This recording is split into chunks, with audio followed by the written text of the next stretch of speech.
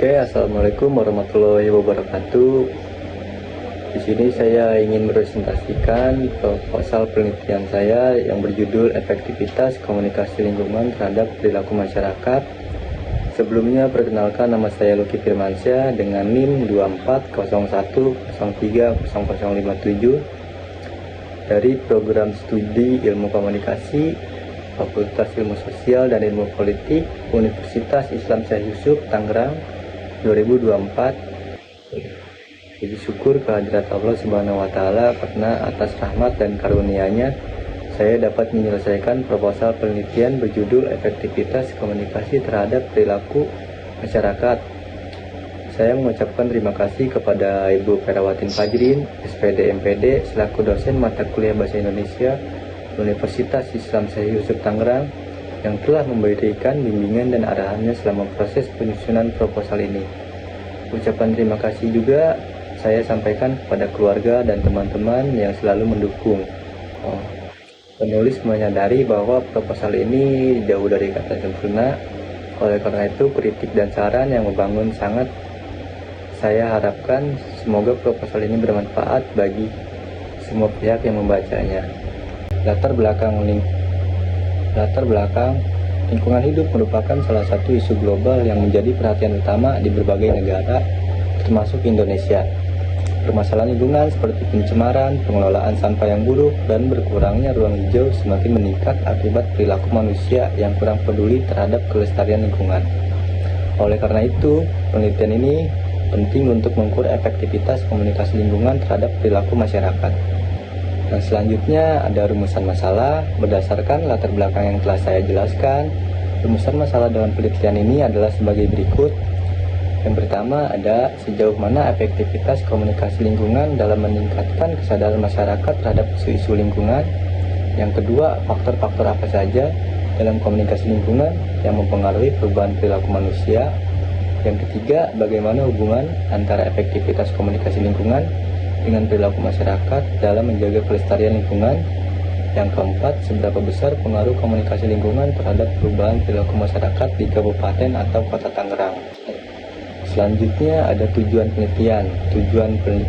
Tujuan dari penelitian ini adalah sebagai berikut: mengukur efektivitas komunikasi lingkungan dalam meningkatkan kesadaran masyarakat terhadap isu-isu lingkungan. Yang kedua, menganalisis faktor-faktor komunikasi lingkungan yang mempengaruhi perubahan perilaku masyarakat. Yang ketiga, mengidentifikasi hubungan antara efektivitas komunikasi lingkungan dengan perilaku masyarakat dalam menjaga kelestarian lingkungan. Yang keempat, menentukan sejauh mana pengaruh komunikasi lingkungan terhadap perubahan perilaku masyarakat di Kabupaten atau Kota Tangerang.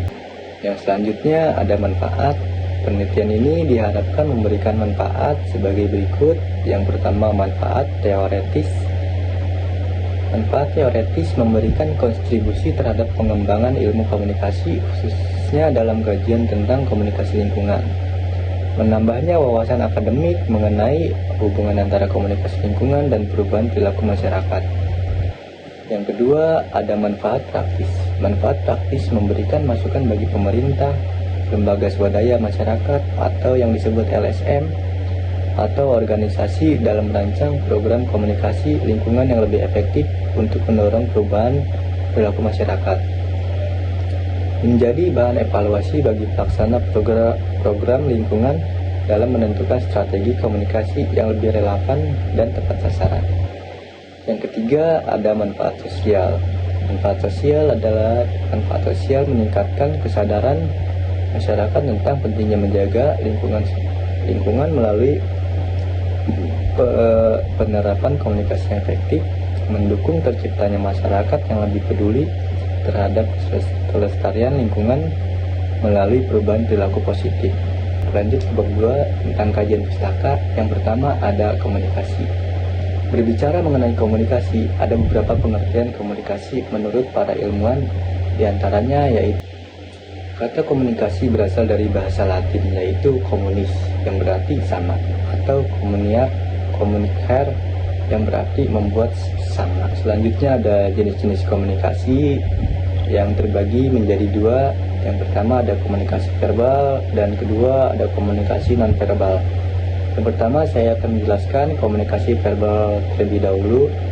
Jadi, komunikasi verbal adalah cara berkomunikasi paling mudah yang dapat manusia lakukan dengan menggunakan kata-kata seperti lisan maupun tertulis, baik dengan percakapan atau tulisan. Dalam menggunakan komunikasi verbal, ada satu komponen yang memegang peranan penting, yaitu bahasa. Karena bahasa adalah media yang mampu menerjemahkan gagasan seseorang kepada orang lain saat melakukan interaksi. Yang kedua, ada komunikasi nonverbal. Komunikasi nonverbal adalah jenis komunikasi yang besarnya dibalut tanpa kata-kata. Verbal yang bersifat jujur dan mengungkapkan suatu hal secara langsung atau spontan. Nah, sedangkan komunikasi nonverbal termasuk aspek penting di dalam interaksi. Komunikasi nonverbal dapat menyampaikan perasaan komunikator kepada komunikan ataupun begitu sebaliknya dengan mudah, karena orang dapat mengambil kesimpulan tentang berbagai macam perasaan, baik senang, sedih, kesal, gelisah, dan berbagai macam perasaan yang bisa diungkapkan melalui ekspresi wajah, gestur tubuh, intonasi suara, dan masih banyak lagi. Oke, selanjutnya ada teori komunikasi yang dibagi menjadi dua, ada teori SOR dan teori AIDA. Yang pertama tentang teori SOR atau stimulus organisme response.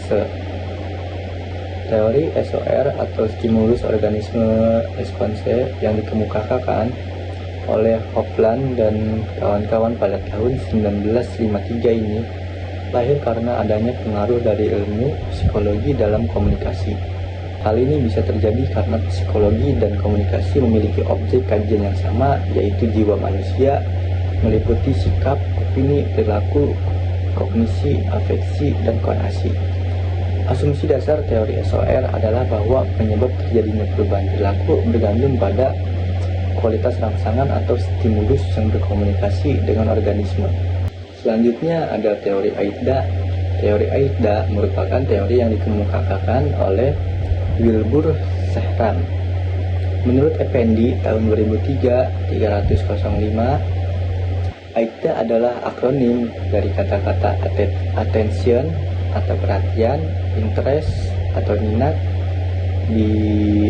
desire atau hasrat, decision atau keputusan, dan action adalah atau tindakan atau kegiatan. Adapun keterangan dari elemen-elemen tersebut adalah perhatian, keinginan seseorang untuk mencari dan melihat sesuatu. Yang kedua, ketertarikan, perasaan ingin mengetahui lebih dalam tentang suatu hal yang menimbulkan daya tarik bagi konsumen. Yang ketiga, keinginan, kemauan yang timbul dari hati tentang sesuatu yang menarik perhatian. Keempat, keputusan, kepercayaan untuk melakukan sesuatu hal. Yang kelima, tindakan, suatu kegiatan yang merealisasikan keyakinan dan ketertarikan terhadap sesuatu. Selanjutnya ada perilaku masyarakat terhadap isu lingkungan. Perilaku masyarakat berkaitan dengan cara individu atau kelompok bertindak terhadap isu lingkungan, baik yang berdampak langsung maupun tidak langsung pada kehidupan sehari-hari. Menurut Jen tahun 1991, perilaku manusia dipengaruhi oleh 3 faktor, yakni sikap terhadap perilaku tersebut, norma sosial yang ada dalam masyarakat, dan kontrol yang dirasakan atas tindakan tersebut. Sebagai contohnya, jika masyarakat menerima pesan tentang pentingnya pengurangan sampah plastik dan merasakan bahwa tindakan tersebut dapat memberikan dampak positif bagi lingkungan, maka mereka lebih cenderung untuk mengubah perilaku mereka. Schultz et al. Tahun 2007. Oke, selanjutnya ada faktor-faktor yang mempengaruhi efektivitas komunikasi lingkungan. Keberhasilan komunikasi lingkungan dipengaruhi oleh berbagai faktor. Di antaranya adalah kredibilitas sumber informasi dan saluran komunikasi yang digunakan. Menurut Mazur tahun 1998, kredibilitas sumber informasi sangat penting karena masyarakat cenderung lebih mempercayai pesan yang disampaikan oleh sumber yang dianggap berkompeten dan terpercaya, seperti ahli lingkungan atau lembaga pemerintahan. Menurut Kasperson et al. Tahun 2003 menekankan pentingnya komunikasi yang berbasis pada budaya lokal dan norma sosial yang ada, sehingga pesan dapat diterima. Selanjutnya ada metodologi penelitian. Yang pertama, pendekatan penelitian. Penelitian ini menggunakan metode penelitian kualitatif. Yang kedua adalah subjek penelitian. Subjek dalam penelitian ini adalah komunikasi publik Dinas Kominfo Banten. Sedangkan objek penelitian adalah evaluasi efektivitas program komunikasi publik Dinas Komunikasi dan Informatika Banten dalam menjangkau berbagai kalangan masyarakat. Yang ketiga ada sumber data. Pertama, person, yaitu sumber data yang bisa memberikan data berupa jawaban lisan melalui wawancara atau jawaban tertulis melalui angket. Yang kedua, place, yaitu sumber data yang menyajikan tampilan berupa keadaan diam atau bergerak. Diam misalnya ruangan, kelengkapan alat, wujud, benda, warna, surat pribadi, dan notulen. Bergerak misalnya pekerja, kegiatan belajar mengajar, dan lain sebagainya. Yang ketiga ada paper, yaitu sumber data yang menyajikan tanda-tanda berupa huruf, angka, gambar, atau simbol-simbol lainnya. Selanjutnya adalah pengumpulan data. Pengumpulan data ini guna memperoleh data yang berhubungan dengan penelitian. Maka saya melakukan pengumpulan data dengan teknik studi kepustakaan, yaitu dengan mempelajari teori dari literatur atau buku-buku kepustakaan, catatan, bacaan lain agar dapat membantu dalam penemuan masalah pemecahan dan menguji kebenaran dari hasil pemikiran. Yang kedua, studi dokumen, yaitu mencari data dalam dokumen atau sumber pustaka. Yang ketiga, pengamatan atau observasi, yaitu pengamatan terhadap gejala yang diteliti.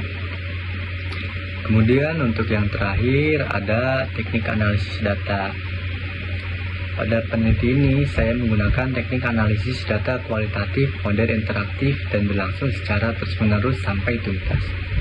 Sehingga datanya sudah jenuh. Aktivitas dalam analisis data yaitu data reduction, data display, dan constitution atau constitution drawing atau verification. Analisis data kualitatif terdiri dari 3 alur kegiatan yang terjadi. Yang pertama ada reduksi data atau penyederhanaan data. Reduksi data dapat diartikan sebagai proses pemilihan, pemutusan perhatian atau fokus, menerjemahkan dengan membuat catatan, mengubah data mentah yang dikumpulkan dari penelitian ke dalam catatan yang telah disortir atau diperiksa. Selanjutnya ada data display atau penyajian data. Display data atau penyajian data adalah menyusun informasi dengan cara tertentu sehingga diperlukan memungkinkan penarikan kesimpulan atau pengambilan tindakan. Yang ketiga ada constitution drawing atau verification atau yang disebut penarikan kesimpulan. Conclusion drawing atau penarikan kesimpulan yaitu makna yang telah disederhanakan disajikan dalam pengujian data dengan cara mencatat keteraturan pola-pola penjelasan secara logis dan metodologis. Konfigurasi yang memungkinkan diprediksi hubungan sebab akibat melalui hukum empiris. Sekian presentasi dari saya, terima kasih, mohon maaf apabila ada kesalahan. Wassalamualaikum warahmatullahi wabarakatuh.